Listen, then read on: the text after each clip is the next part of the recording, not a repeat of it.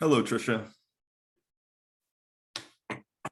There we go. Hi, how are you? Doing well, and yourself? Doing good. Good to see you again. You too. Been in, what, 3 or 4 days? Maybe. So Shuree from your team is presenting on this panel too, right? That is correct. Yeah. Nice. What does she do? She's our head of paid social. She's the director of paid social. Yeah. Nice. Okay, I'm trying to figure out how to blur my background. Zoom is not my go-to. It's all I know these days is Zoom. Right. So it's just it should be in your video settings. Okay. I'll get there. I bet that's here. Look at me.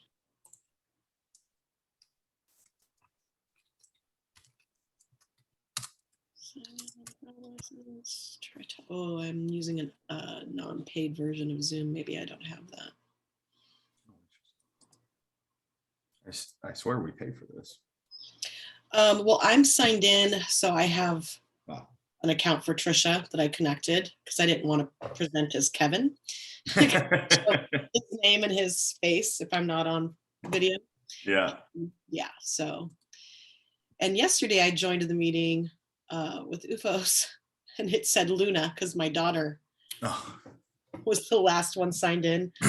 Yeah. So with our parent-teacher conferences, it was kind of cute. Yeah, I heard that meeting went very well, so I'm excited for that. Yeah, really exciting. Been a long time coming on that one, that's for sure. Yeah. You know, and I was going to email you today. If other people join, I'll stop talking. But I was talking with Kevin internally, and I'm going to take over the RAIN account as well. Oh, perfect. So I'll be running our meeting this week and kind of taking the reins over for that. Perfect. Hey, Kent. What's up, guys, gals? How's it going? Going well. Going well. Thanks for joining. Yeah, I figured why not? I was in the neighborhood. Hopefully everybody else decides to join us too. Yeah. Just give everyone a couple minutes. Sure. Cool.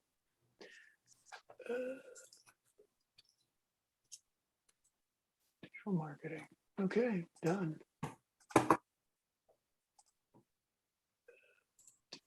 I'm going to go on mute so I don't say any weird stuff that'll get me in trouble.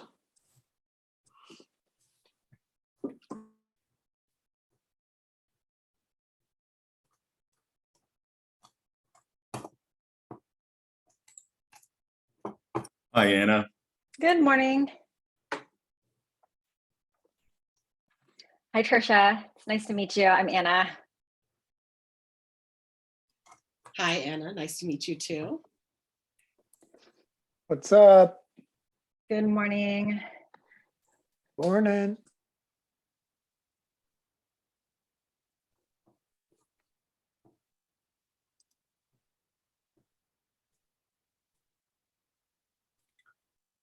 Hi there, Mike.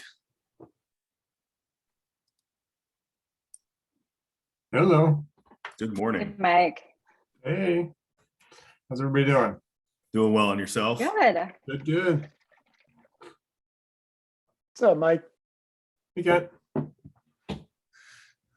Anna, what are you shaking up there? It's my daily smoothie. Nice.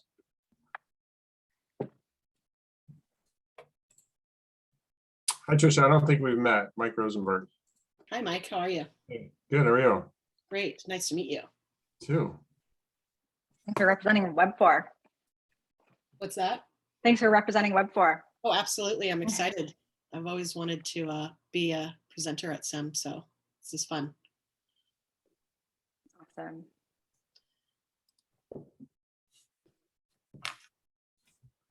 Let everyone in at the top of the hour.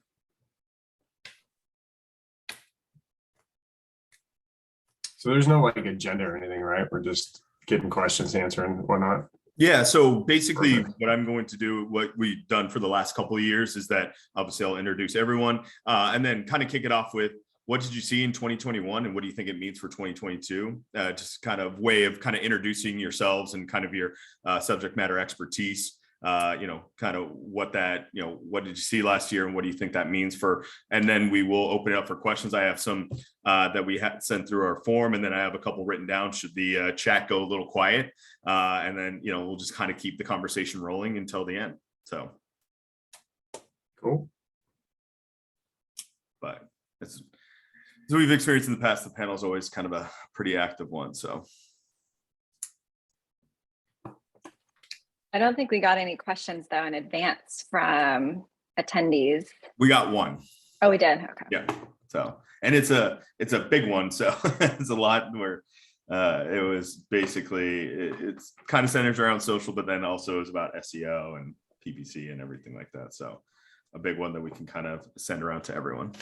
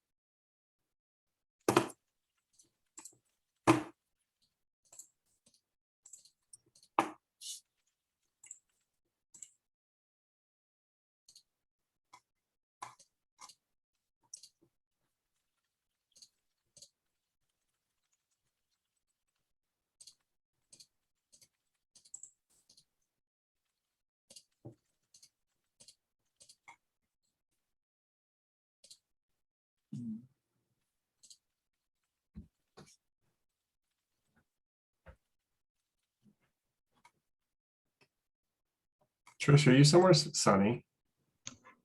No, that's just a picture from a trip to Well, that's Italy. just the pig. I thought it was like frozen or something for some reason. I should at least switch it up for a winter picture. That's funny. I thought you were I talking. thought it was video for some reason, and then I was like, "Wait, she's not moving." Oh, it must have Yeah. frozen. I wish I was there. Hmm. I thought you were talking to me, and I was like, I'm in the basement. It's the light, right? It's the sunlight. Sun out this window right here.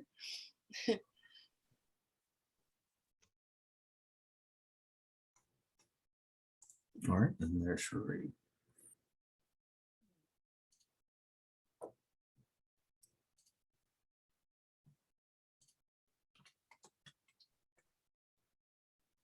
Hello, Shuree. Hi, Shuree. Hi. Mhm. How is everybody? Good. Good.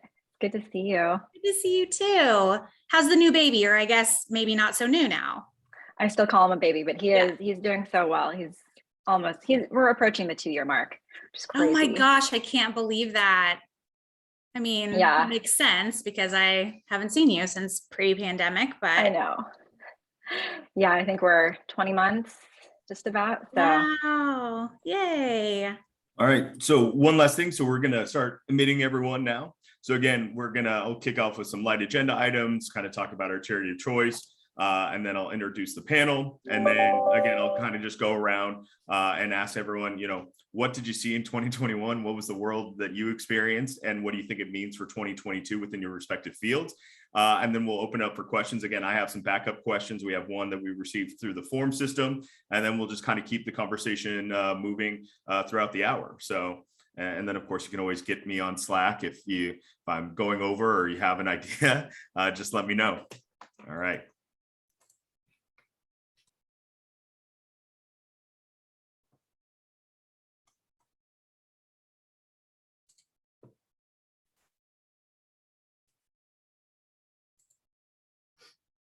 Hello, everyone. Hello. We're just going to get everyone admitted. Give everyone a couple minutes to join here.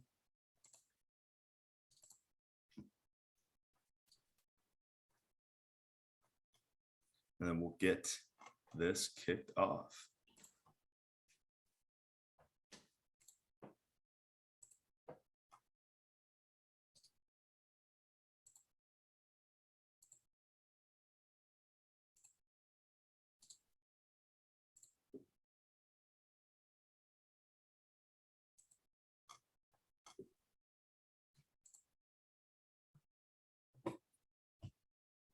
Hello, everyone. If you're just joining us now, we're going to get things kicked off. We like to give people just a minute or two after the start of the hour, just so everyone can join, make sure that they have their Zooms working. Throughout the panel, we will, if you have any questions for anyone on the panel, be sure to put it into our chat box. We'll be pulling questions, obviously being the panel and the Q&A that we have. Just make sure that at any time that you have a question, just drop it into the chat. We will get those questions answered in and throughout. And we're looking forward to this panel. It's always a very popular one throughout the year. So throughout the presentation, if you could just make sure that you remain muted so everyone can clearly hear and we don't get any feedback or any interference. So as we complete our 2022 Future of Digital Marketing panel. Right.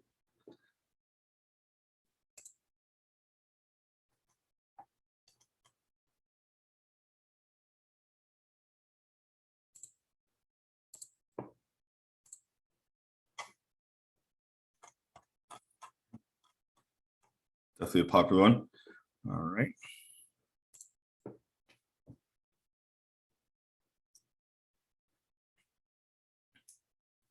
All right, I think we are a few minutes after and we got a large participation. So let's get this kicked off today. Thank you everyone for joining us for our inaugural 2022 session. We do a panel at the beginning of every year in accordance with SEMpdx. And we're joined today by Anna Madill, owner and president of Avenue, Mike Rosenberg from Veracity, Tricia Davis-Payne from Webfor, Shuree Jones from Rain the Growth Agency, and Kent Lewis from Anvil Marketing. I want to thank everyone on our panel for joining. But before we get kicked off into the panel, just a couple of brief announcements. Obviously, we're continuing our commitment towards our community. And obviously, while we look forward to one day seeing everyone in person, we will be remaining virtual for the next several months in accordance with state and federal health policies. Making sure that our community is safe and healthy is paramount to the SEMpdx Board of Directors and us as an organization committed towards the Portland digital community. So be on the lookout for our next virtual events. And as always, throughout this pandemic, we've been able to make sure that our membership is free and will remain free for the foreseeable future. So if you're interested in joining SEMpdx, I invite you to go to SEMpdx.org/membership, sign up for a free membership that gets you access to all of our events, some of our Slack channels, and of course, making sure that you're staying up to date with all of our events as we plan for the remainder of the year. It is also our pleasure to announce our new 2022 charity of choice. That is the Maurice Lucas Foundation. They are committed towards growing kids within the Portland and Greater Pacific Northwest community. Some of the integral pillars of their work is integrity, hard work, goal setting, positivity, personal responsibility, respect, and leadership.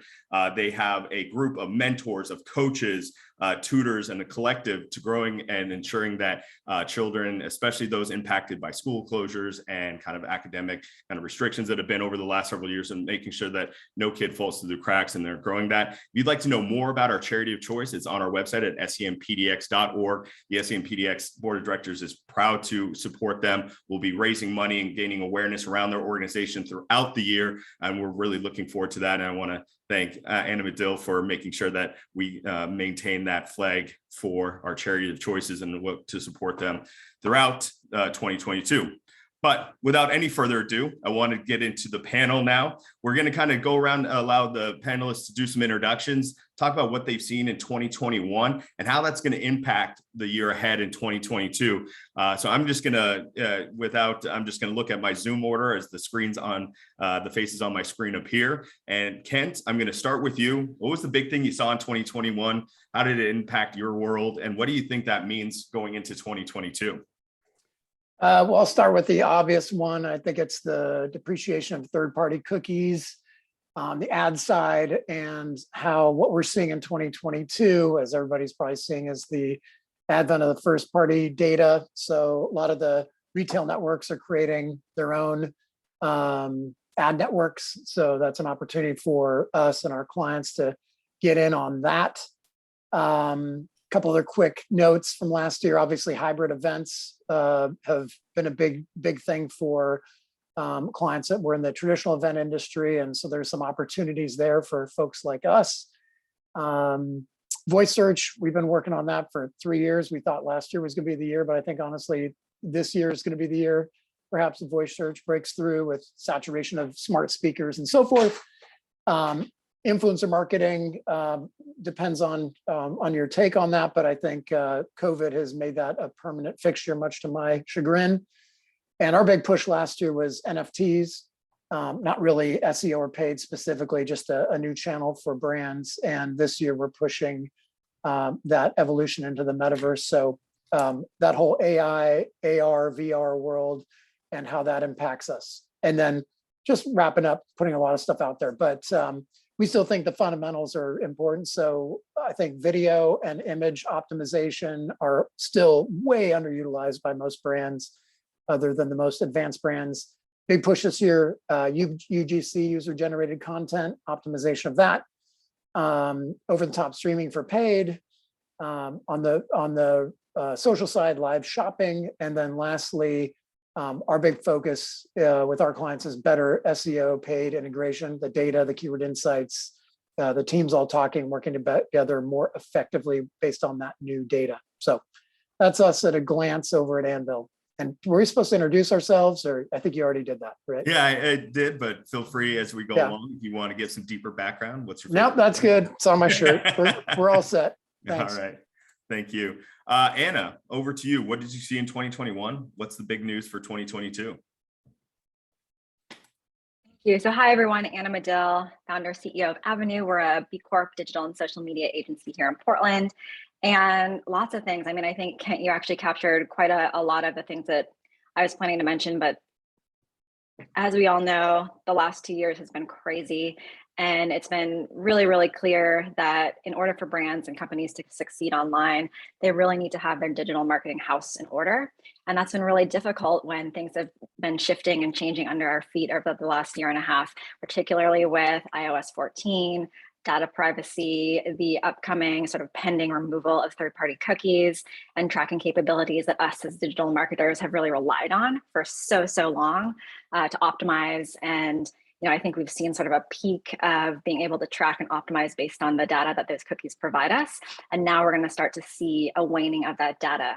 So in terms of shifting and thinking ahead to 2022, it really is zero-party data, first-party data. So how can you as a brand or a company think about creatively garnering that information directly from your customers to create those real-time experiences when they hit your website or interact with your brand online? So wholeheartedly agree with sort of the death of the cookie and the rise of zero-party, first-party data. A few other things, definitely things have shifted to hybrid. I won't sort of dwell there.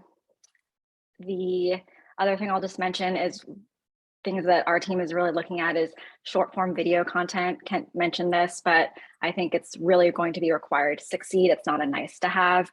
In 2020, as the pandemic was kicking off, TikTok quickly set the record for the most downloads in a single quarter. That is sort of short form ephemeral video content at its finest.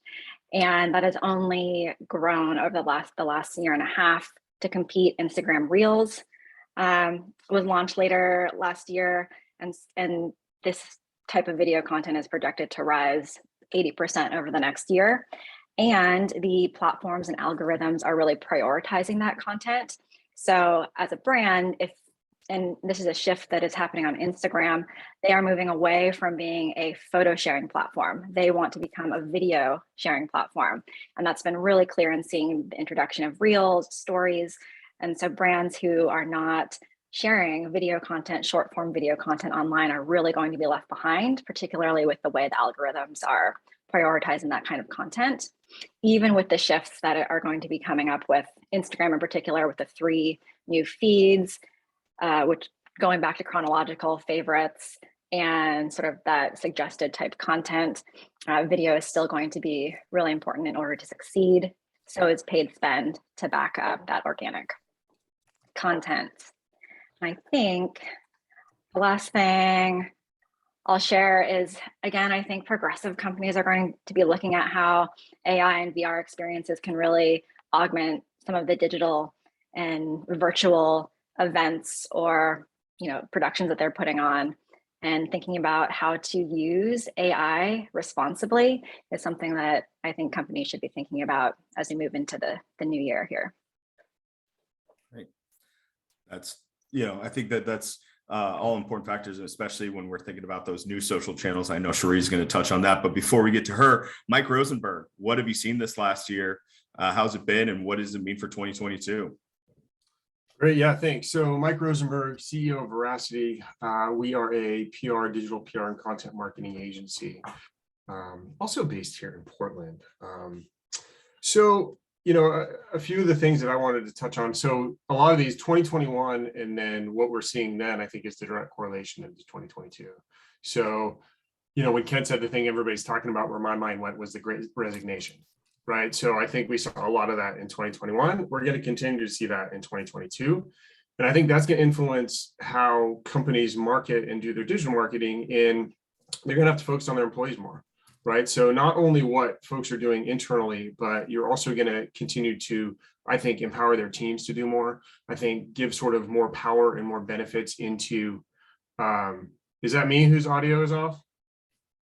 Sorry, I'm seeing the chat. No? Okay. They'll continue to sort of share that power and empower employees and use them more, use folks and enable them and empower them to do more in their marketing.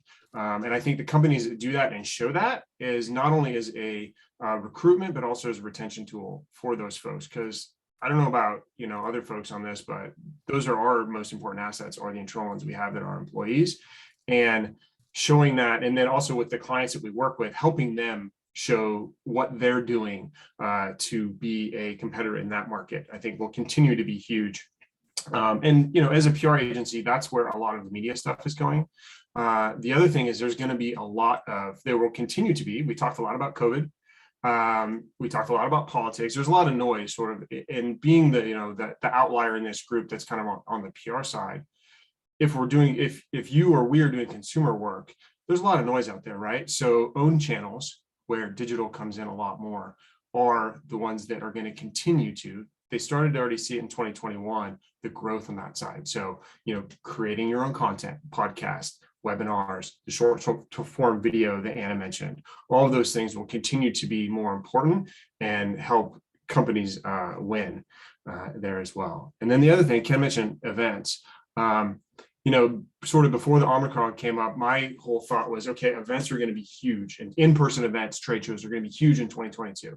Because when we saw that lull and people started to get back, the amount of excitement people had for going to a trade show again was so high, right? And so I think we could, I mean, is it going to happen again? I don't know, but we could get into that. However, also that virtual hybrid approach as it comes to work, but also to events. Because companies that relied a lot on events and trade shows to reach their target market, I think a lot of those people are going to go, but a lot of them aren't.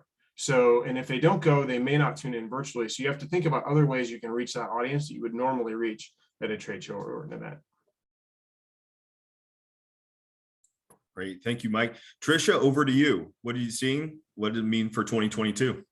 Hi, thank you. Tricia with Webfor. I'm a partner and director of accounts here. Been in the industry a long time. I would say, you know, I echo a lot of what's already been communicated, but in terms of adding something more to the conversation, I think what we saw as kind of game changing in 2021 was the increased amount of permission you're going to need from your users to actually be in front of them in that space. The landscape is just changing. It's only going to become more decentralized, and there's more and more channels for your audience to live on. And so you can't just play in that space. You really have to get permission. You have to know how it operates.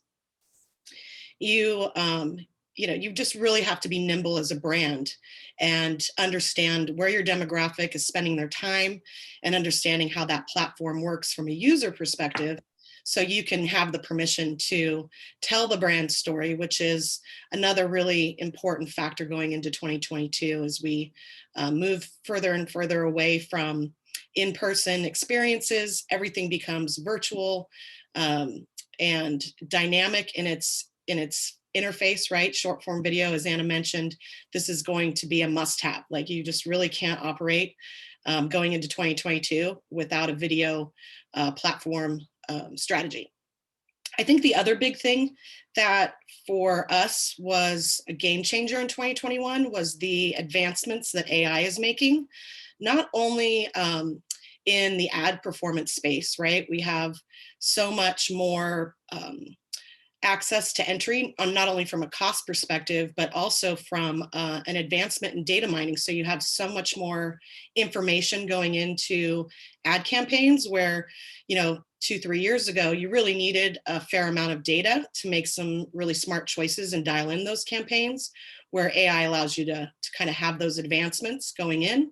So you can really see advanced performances in click-through rates and conversion rates. And then AI has also played a huge role for us in data mining in general, just as an efficiency tool for the sheer volume of data that we deal with day in and day out for our clients. It's massive when you consider all of the various elements of data analysis, and tools like Python and machine learning that allow us to kind of take that data and analyze it very quickly and make decisions very quickly. It just allows huge efficiencies in our ability to get our clients' marketing strategies out there and in front of their demographics much quicker than we ever could before. So I'd say those are probably some game-changing things in 2021 for us. Great, thank you, Tricia. Shuree, last but not least, what did you see in 2021? What are you seeing in 2022? Yeah, first of all, I'm Shuree Jones. I'm the director of paid social over at Rain, the growth agency here in Portland. We're a full service agency, so really top to bottom, but I lead strategy and execution on the paid social side. Very interesting year we had, or past couple of years we've had in paid social, probably pulling on a lot of what others on the panel have said. Our biggest, the biggest thing that we saw in 2021 was trouble with attribution and with signal loss, and really that iOS 14 is now coming to fruition in terms of what we're able to see from audiences and what we're able to now execute. The biggest thing going into 2022 sort of that pulls off of that, I can sum up in one word, which is creative. Creative has become just so important in paid social. Gone are the days of, repurposing a piece of creative for Facebook and just calling it a day. Users are very smart now. That short form video, absolutely true, that Tricia touched on, that Anna touched on. Absolutely true. And I would say it's even more important for brands to start looking at how they can look at different social platforms that are pulling off of the same user. So one thing that we like to say at Rain is that everyone has their favorite social platform, but hardly anybody only uses one social platform. So think about where your audience is and how you can best talk to them about your brand, drive action for your brand in that space. So, if it's a Snapchat ad, make sure that you are designing for sound up, make sure that you are designing for integration. If it's TikTok, make sure that you are music forward.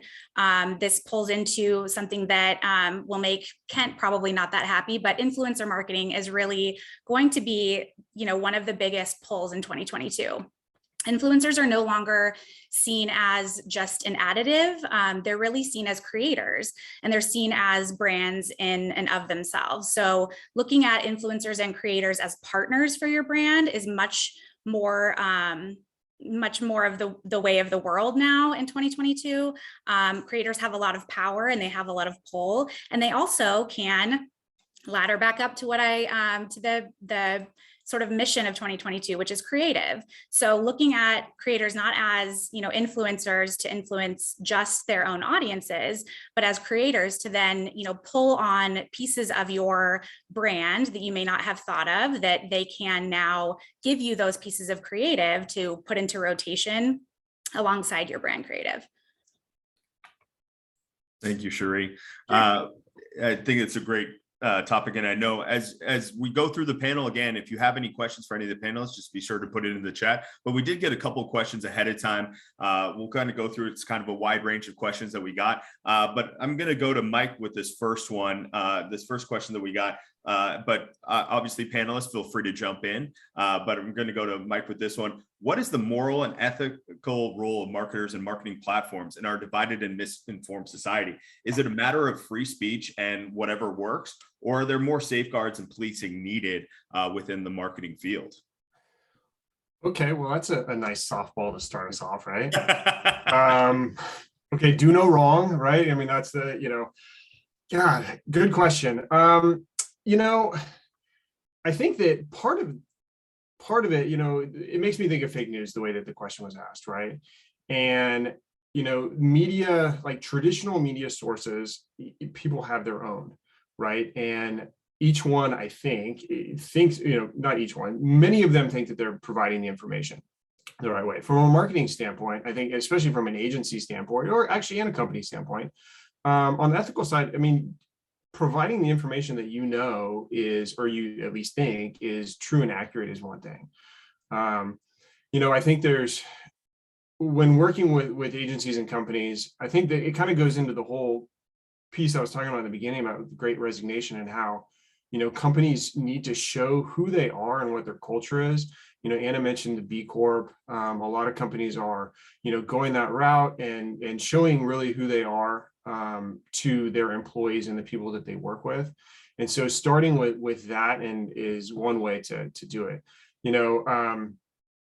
but culling through whether media is true and what it's coming from. I mean, from a brand perspective, I think you need to have those conversations, right? And most companies, one of the interesting things during the last year or two, when social justice, when it was mostly around the social justice stuff came up, we had those conversations with our clients about, when and where do you feel like you need to say things, right? And we were not surprised, but certainly encouraged by the feedback that we got when you're asking the questions. So I think it really just starts with asking the questions and then using that organically and ethically in your marketing. On the, one of the things that as I thought about a question that could be anticipated for this panel that comes around, being the PR agency and digital PR, a lot of the questions around SEO go into links, right? And in fact, we have a prediction podcast coming out with guests from last year for our podcast. And many of you know, recent presenter Michael Cottam. His whole focus was on fake news sites, but not like fake news like CNN fake news or Fox News fake news, but just, the websites that are fake news sites that have high DAs, but they're just because DAs measured off links, right? And different stuff like that. So I think that one, he thinks those are going to have less value, right? And they're going to start to be discovered more. And so for folks who are buying those, if they took a step back and took an ethical approach, they wouldn't be buying them in the first place. So part of it might be forced. Right. Thank you for that. I know I was just reading in sequential order with my question list. Didn't mean to drop too much fire to kick it off with, but I appreciate that, Mike. Well, Ken, I got a question on the top of this list that I think you can really dive into. How can I trust Google to show my PPC ads appropriately when my keyword report shows 86 impressions, but the search term report only shows 23? Good grief. I may not be the best person to ask this because even though I'm Google Ad certified, it shows you how worthless that certification is because I've never managed a campaign. I'm guessing I'm answering on behalf of my team, and then I'm going to hand it over to the smart people that have more experiences. We're always triangulating. The data is never quite 100% between Google Ads, Google Analytics, and then for SEO, Search Console, whatever other tools we might be using. So we just try and triangulate and then stick with one for reporting simplicity, typically the lower number, so that we have the we don't want to get accused of inflating numbers later. But I honestly will have to defer to the team because I've honestly never managed paid ads. I've been doing this too long. Anna? I'll chime in really quickly. I'm not sure who asked the question, but The difference between the keyword report and the search term report is the keyword report is the list of keywords that you have selected to bid on. The search term report includes those keywords, but is also looking at other queries that may have triggered your ad.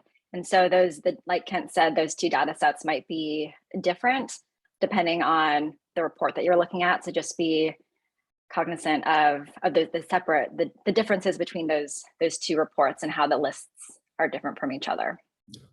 And not to insert myself onto the panel, but this is a rare subject matter expertise. There is also a chance that if you're including search partners into your campaigns, that Google won't assign impressions to particular search terms within those reports. So that delta between what you're seeing attributed to the keyword in the search term report might be impressions within the Google search partner network. And I always recommend as a rule that not to include search partner networks within search campaigns unless absolutely necessary. So you might look at that, but again, not to insert myself into the panel here, just the thought that I had. I have the next question from Marianne. Marianne asks, is advertising on Facebook and even Instagram useful or profitable anymore? Subsequent to January 6, 2021, I know people who deleted their Facebook and Instagram accounts. I almost never use these social media channels myself. Is it just me or are fewer people using social media channels? Shuree, I want to go to you first with this question. Yeah, that's a very valid question. Facebook has really not been a great steward of their data, not been a great steward of their audience and their sort of social responsibility. But that said, the numbers are still very high. Facebook continues to be one of the first places that we will look for the widest audience pool. So it really is, the first place that you can go to for scale. That said, don't sleep on TikTok. I know that I think it was Anna that said earlier that TikTok, has become, emerged during COVID, during the beginning of COVID, and it really hasn't stopped. That user base has really grown and grown. I think it overtook YouTube in average time watched, which is insane when you look at TikTok's 30-second, minute, and 3-minute long videos versus YouTube's infinite videos. But that said, TikTok isn't the only place that you should be looking. Facebook and Instagram still hold a lot of weight. Whether it, is profitable or not, I will say because of signal loss, it is really difficult for, attribution models to be able to really see the impact of Facebook. You really do have to look at a longer model to really see the impact of Facebook. But based on the audience that still is on the platform and, still using the platform, it is a place where people are. The audience is still there. So I will say that does mean that it can be profitable for businesses. But again, you really have to look at Facebook in a different light than we did 3, 4, 5 years ago. It really is becoming, a little bit more of an upper funnel play, a little bit more of a, brand awareness, driving, traffic to a site, using lead gen much more than it is kind of a one-to-one conversion play. So it really depends on how you can look at the platform, but the audience is still there. I want to do a quick follow-up over to you, Tricia, on this, because there was kind of a follow-up question that kind of is tied into this is, a lot of people are still seeing SEO be their big driver, new content be their big driver. What do you believe the role that social media plays in an overall SEO strategy and in terms of building those links and getting that traffic? How do you guys view the role of social when you're building an overall SEO plan for a client? I would say, content marketing is a core element that touches all the channels, right? It's SEO, it's your website, it's social, it's email marketing, it's paid advertising.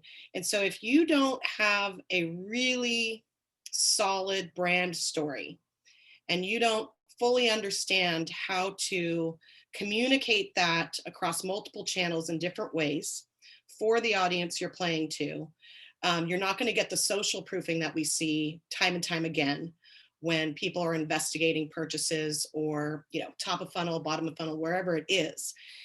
So your social needs to be tied to your brand story and your content efforts that you put into, all the things we do with SEO. It is, it's not about keyword stuffing and that old play of content that we saw, 8+ years ago. It's about being authentic with your end user. And if you can't deliver content in a number of different ways and showcase that for the channel that you're operating on, so social being very specific to the type of user, what you're posting and playing with on LinkedIn is going to be different on Instagram and should be different on Facebook. But it should all be tied to the authentic brand story that you're trying to communicate and connect your users to, because they are going to see you across multiple channels. So it becomes incredibly important to make sure that all your marketing messaging is heavily connected and cohesive. Right. Well, thank you for that, Tricia. You know, the chat seems to be keying in on one major topic, and that's influencers. And I think everyone on the panel has an individual thought around it. So I'm just going to kind of start back. Ken, I think you had some thoughts around influencers. Shuree definitely has an opposition. We're going to go just down the panel and really kind of dive a little bit deeper into the influencer marketing, how it's changed over the last year, what we should be looking out for 2022, what's the landscape change. So Ken, I'm going to start with you and kind of some of the interactions that you've had kind of in that influencer marketing space, and we'll just move down the panel. Yeah. So I was looking at one of these articles I wrote on influencer marketing a couple of years ago, and I went into it with, this is a fad and it needs to go away. And then as I did the research, I realized it's not a fad. It's no more than snowboarding and rap. And it's going to be an critical part of any marketing. And so what I've seen in the last couple of years is that evolution from macro to micro, from, Kanye and his maybe wife still. I don't know what's going on with the Kardashians anymore. Actually, I never really gave a shit. But either way, it's gone from useless influencers that don't really have a life, and but you want to have their life, to actual experts in an industry that are truly stand behind a product, from one-off flighting of big brands hiring some goofball to do something stupid, to long-term partner engagements. That's what's been happening in the last year or two. We've advised our clients to build a foundation for influencer marketing with, I saw in the comment feed, is about thinking of them as ambassadors. If they're never going to use their product, I don't think you should really engage with them. And so having an affiliate program in place to reward them, I think it's also going towards performance. It used to be likes and shares and just general awareness, and then it turned into quality engagements, and then now it's moving to social commerce. And I think you'll see the perfect measure of that in 2022 is live shopping. So influencers showing, kind of what unboxing was 3-4 years ago is what live shopping is now and moving forward. So I basically think influencers marketing has gotten smarter and better. I'd say, 80% of influencers still don't follow best practices and guidelines about disclosing their relationships, reporting as suspects. So that's why we like performance-based. So affiliate programs where it's all trackable, measurable revenue is a great place for many brands to start. Or those that are lifestyle brands, if you're like a Red Bull, it's just about getting that helmet on that athlete, that's fine. But that's 1%. Most brands need to see a return. So different layers, different levels, swag level, all the way up to big revenue. That's the big change we're seeing. So more measurability, more accountability. And I think that 2022 is just gonna be more of the same. Right. Anna, how does Avenue approaching influencer marketing? What have you guys seen? What have you kind of tested into? Yeah, well, I saw a really great question in the chat, a few, just scrolling back up, around the industrial engineering. So I wanted to touch on that.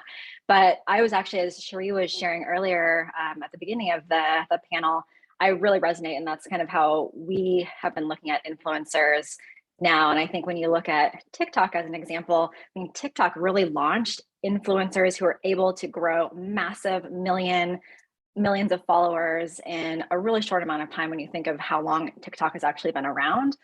And being able to, and what they're doing is they're creating content, and they're creating real, authentic content that is fast, that it's short, and they're able to sell products that way, and they're able to gain trust that way because of the way the content is created.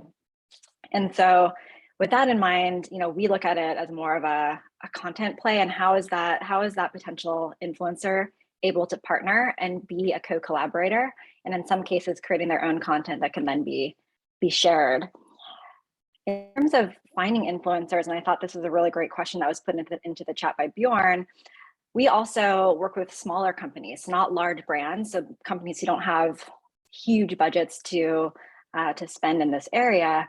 And so one of the ways that we like to look at it is thinking about down to the micro, down to the actual nano influencer. And sometimes finding those is not with a really slick tool. It's actually just taking the time to go through the followers or the people that an account is following one by one, and then looking at their content. And they might only have a couple of thousand followers, but if you are a really niche industrial or engineering in that space, or any other brand across different industries, you can sometimes find really valuable potential influencers who will want to partner with your brand because their values align, they're aligned with the product, or they're in the industry as an expert. And so I just wanted to share that tactic on sort of a smaller scale, but that's an interesting way to kind of look for partners who align with your industry and brand. Great. Mike, from a digital PR perspective, how do influencers kind of enter your world, and what do you look for when you're approaching it from a PR standpoint? Yeah, so I mean, kind of piggybacking on what both Ann and Kent said, and kind of what I put in the chat was like, if we think of them differently as, from our perspective, we talk a lot and do a lot in what we call thought leadership, right? So on the other side of it, we're positioning the companies that we work with and, the people within those companies. I was going to say executives, but it's becoming more and more, getting a more diverse group of quote unquote thought leaders within the companies that we work for to put out there to become influencers, right? And yeah, they're micro nano influencers for sure.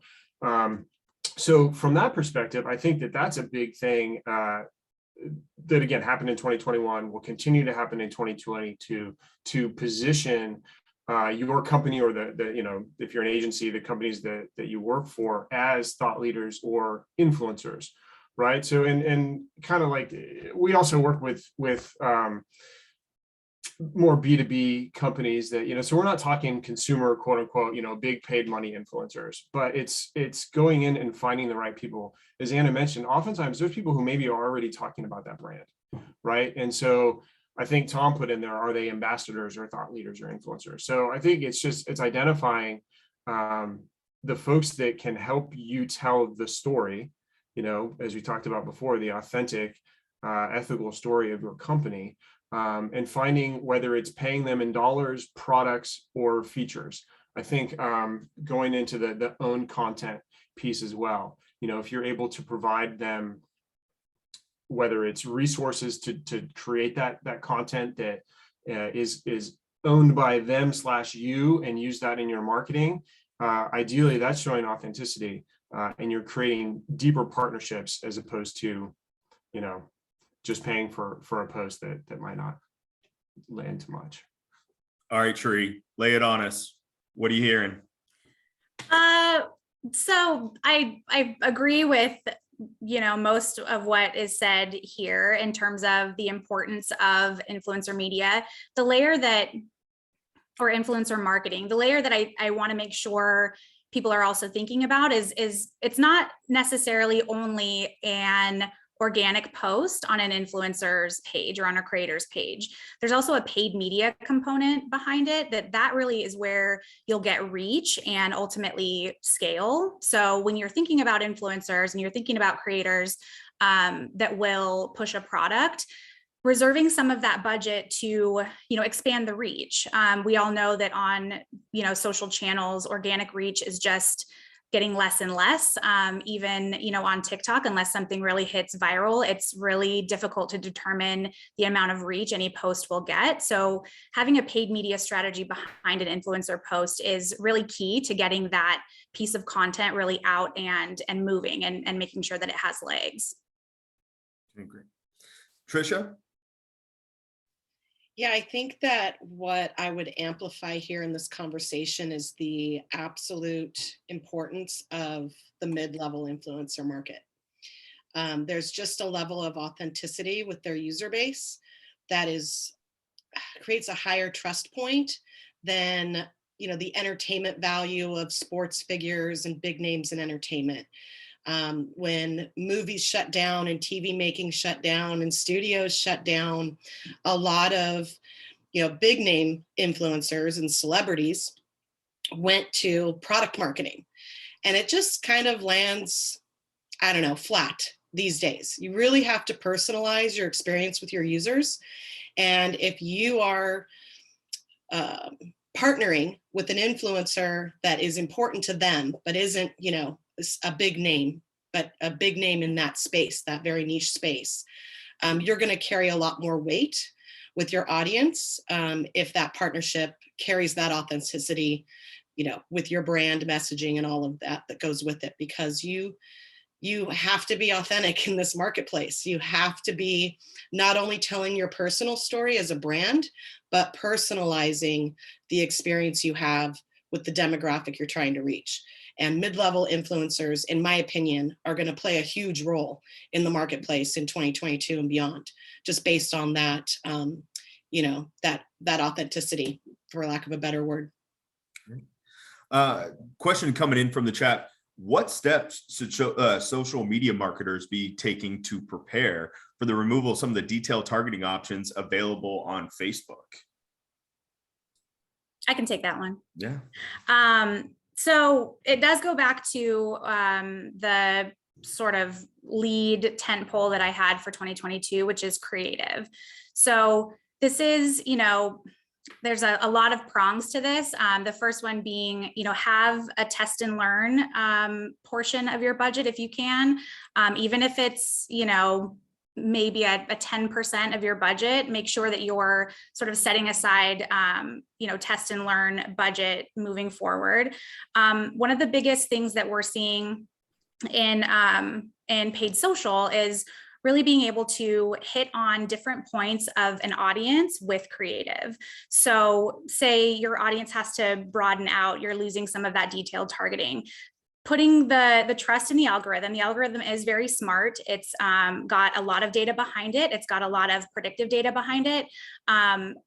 Putting some trust in that algorithm to serve a piece of creative to a more broad audience that has more of a segmented part of it that will respond to that creative is really the way forward. So yes, it does take, a certain amount of trust in that algorithm, but that's where that test and learn budget comes from. If you have a little bit more of a broad target and that you want to target a certain profession and it's a smaller segment of a certain profession, target that entire profession and lead your creative with speaking to that segment. The algorithm will pick up when it finds someone that returns based off of that creative, and you'll know, okay, great, I'm now hitting that that certain segment, and making sure that you're setting up your campaigns. So set up your ad sets accordingly, but definitely lean into creative more than we have leaned into audience segmentation in the past. That's really where you're going to find success and find scale. Great, thank you, Shuree. So one of the big things that we ask every year that we do this panel, and it's the most famous question, and it's always elicited some pretty interesting answers, but I'm going to go around throughout the entire panel, and it's the crystal ball question.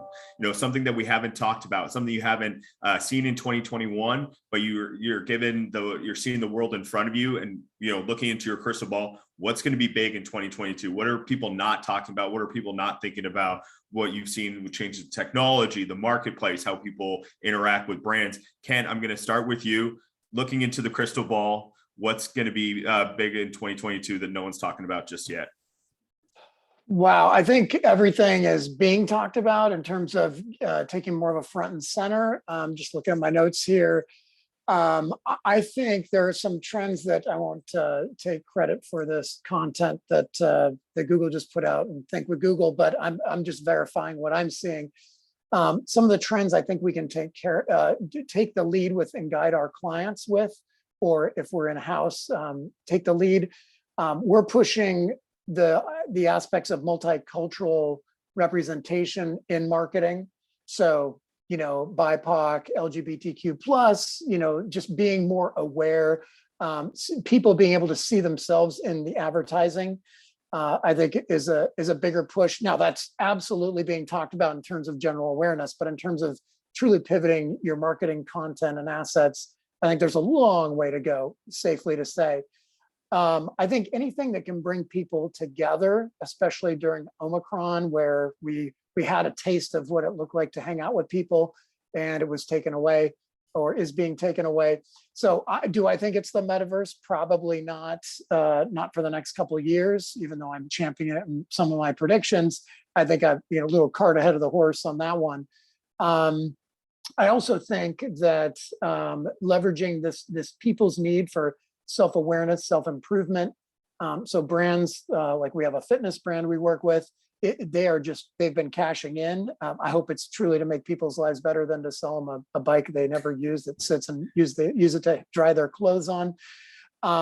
Another big push, I think, that we're looking for a variety of our clients to take advantage of is just this new hybrid work lifestyle. So setting up your home office, your away office, and then how do you work between the offices? There are a lot of brands that can play in that space. And then there's another movement that Google's predicting that I'm not seeing yet, but hopefully we will, is just this need for people, or desire for people to hire niche experts or specialists. So those people that declutter your house, that sort of thing, will be, I think, taking different vertical views. So that could be an opportunity for some clients. Sustainability, obviously, the climate crisis, obviously that's like going green is more than just a statement anymore. And then lastly, I would say is focusing on personal and brand safety. So on the personal side, people, especially if you live in Portland near a homeless camp, you're thinking about your personal safety, and we got to deal with this homeless problem. It's very complex and it's a tough one. And then brand safety, your ads showing up next to some sketchy stuff. Particularly, I think our big push is to get our clients as far away as possible from Facebook. I think it's the most evil corporation out there, and there are many to choose from. Unfortunately, they still demand a massive lion's share of ad dollars because it still works for now, but I hope we can get our clients away from relying so much on Facebook. Great, thank you, Kent. Anna, what's sitting in your crystal ball?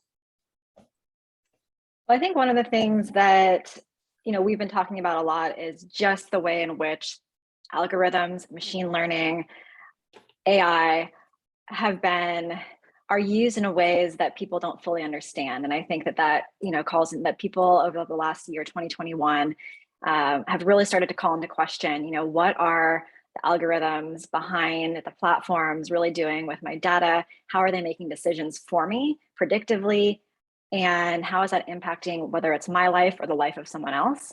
And so what I hope will be part of the conversation in 2022 and beyond is really how to be responsible with the marketing that we are doing. We know as marketers, we are utilizing platforms that rely heavily on machine learning and algorithms, and that a lot of that, while that's great data and the algorithms are very, very advanced, there's also pieces of that leave behind certain sectors of the country. And so thinking about the impact that we as marketers have on the broader humanity, I guess, and how we might be able to shift in the long term, whether that is thinking about the marketing mix that you have as a company, but how can a brand or how can a company really evaluate in the year ahead the marketing mix and how that is doing no harm in the digital space.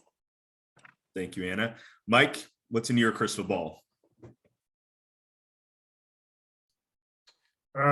Well, first thing is being able to get to the mute button faster. It's only been 2.5 years since we've been doing these things.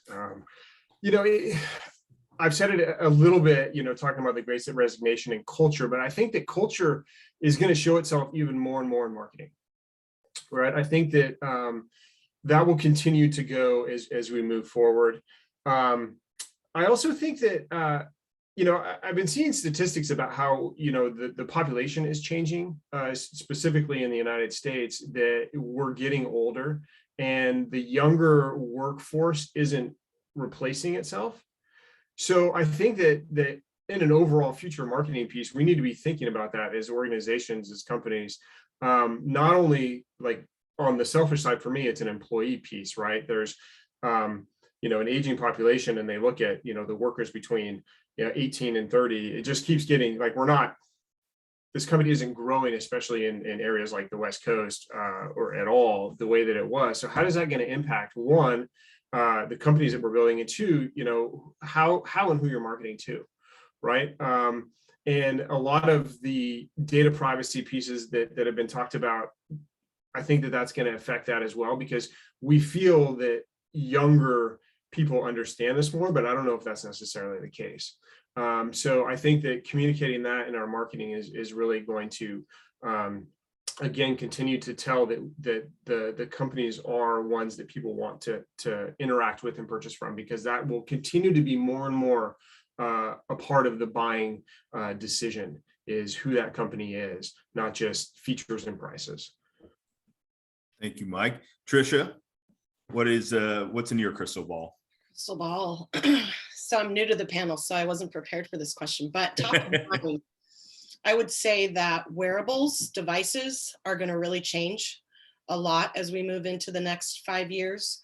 Things are going to get smaller and some things are going to get bigger. So how do you reach people through those, diminishing screens and attention spans that they have? The landscapes that people are going to engage on is going to grow and change in ways we probably can't even articulate right now. But the basic tenets aren't going to change. Kind of harkening back to something I said earlier, where you really have to know your story and know how to tell it and know how to have users' permission to be in their space that they're creating and spending time in, whether that's the metaverse or through any of the various trending platforms that everybody seems to be talking about right now, NFTs and, virtual reality, just that engagement in those different spaces. We may not know what they look like, but you will still need to have that personalized approach and permission to be there. And I definitely see the landscape of devices being drastically different than anything we can imagine today. Thank you, Tricia. And finally, over to you, Shuree. Yeah, mine's a little bit more tactical. I think we're just going to see a lot more AR and VR coming out. A lot of for example, Snapchat, right? Snapchat's Lens, the thing that Snapchat was built off of, that's now become just a rotating ad placement for brands. Whereas before it was a very customized, very high ticket placement. Now it's really available to whoever can, build something AR. So I think it's more, especially because people are still at home. We're still kind of stuck in COVID times. I think the opportunity for brands to now place a consumer where the brand is going to become much more important. Another way to do that is by using, creators that can do that on behalf of the brand. I think that's also going to become, the creator economy is now going to become a really big part of media. And we're going to just have to start to look at, that avenue a lot differently than we have in the past 5 years or so. Great. Thank you so much. Well, panel, Kent Lewis, Anna Madill, Mike Rosenberg, Tricia, Davis-Payne, and Shuree Jones, thank you so much for joining us for this panel. I appreciate your guys' time and giving it over to our audience and to our organization. Thank you guys so much. To you guys in the audience, I hope this was informative. We got a lot of questions, definitely some hot topics in here around influencers and how we're going to represent our brands moving forward into the world. But I want to thank you for joining us today. As always, be sure to head over to our website, SEMpdx.org. There you can find our free membership portal, sign up for our newsletter. We're going to have announcements about future digital events in February and into March. And then, of course, look up information around our yearly Engage conference that's coming up in August of 2022. We'll have lots of announcements, so stay in touch, join the Slack. And again, everyone, thank you so much for an amazing panel and your time. We look forward to seeing you at our future events. Everyone have a great and safe day, and we'll talk again soon. Thank you. Thank you. Bye, everyone. Bye, everyone.